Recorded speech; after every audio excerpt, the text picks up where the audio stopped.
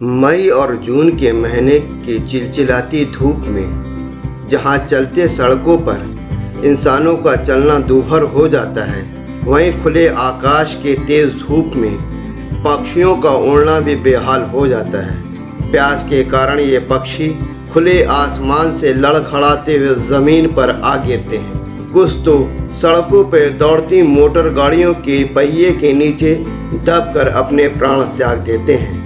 सरकार इन पशु पक्षियों की समस्याओं से निजात दिलाने के लिए जगह जगह पर बर्तनों में पानी भरवा कर रखती है।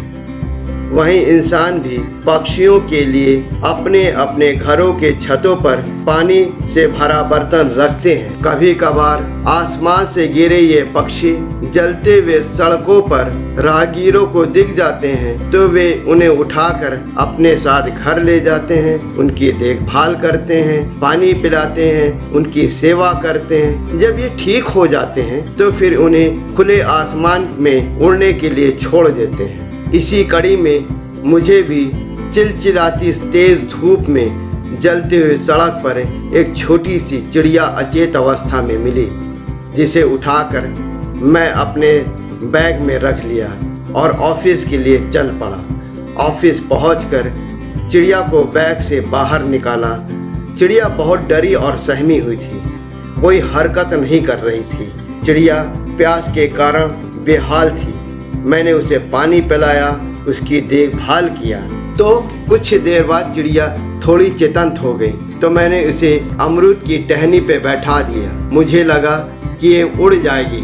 कमज़ोर होने के कारण उड़ नहीं सकी। पेड़ की टहनी से फिर वो गिरने लगी। मैंने फिर उसे संभाला और पुनः उससे फिर टहनी पे बैठा दिया, ये सोचकर कि ये उड़ जाएगी। फिर मैं उसके उड़ने की प्रतीक्षा करने लगा। इसी बीच हमारे एक साथी आ गए और वो उसकी दशा को देखकर उसकी देखभाल करने के लिए चिड़िया को लेकर ऑफिस के एसी रूम कमरे में आ जाते हैं और चेयर पर बैठकर उसकी देखभाल करने लगते हैं। चिड़िया गोद में चुपचाप खामोश पड़ी थी। कमरे का तापमान थोड़ा ठंडा होने के कारण धीरे धीरे चिड़िया की हालत में सुधार होने लगा। चिड़िया की देखभाल किया, उसे पानी पिलाया, फिर वो थोड़ी चेतन हो गई। धीरे धीरे उसमें काफी सुधार होने लगा। चिड़िया पूरी तरह स्वस्थ हो गई थी, ठीक हो गई थी, बस नील गगन में उड़ने के लिए बेकरार हो रही थी। चिड़िया का पल दो पल का साथ हमें अपनी ओर आकर्षित करने लगा था। इसके चमकीले नीले सुनहरे बाल पूरे शरीर के साथ साथ पंखों की सुंदरता बढ़ा रही थी। वहीं सबसे ज्यादा ध्यान इसके पीले और लाल बाल नीले चमकीले बालों पे चार चांद लगा रहे थे। वहीं इसकी नुकीली काली चोंच, धागे की तरह जीभ जो फूलों के पराग को चुनने में इसकी मदद करती, जिसे देखकर बहुत अच्छा लग रहा था। मेरा मन इसकी ओर बेबस ही आकर्षित हो रही थी। बस इस प्यारी सी छोटी सी चिड़िया, जिसे सनबर्ड के नाम से जाना जाता है, को पालने की इच्छा होने लगी। तभी अंतर आत्मा ने कहा, जिसकी जो जगह है उसे वहीं रहना चाहिए।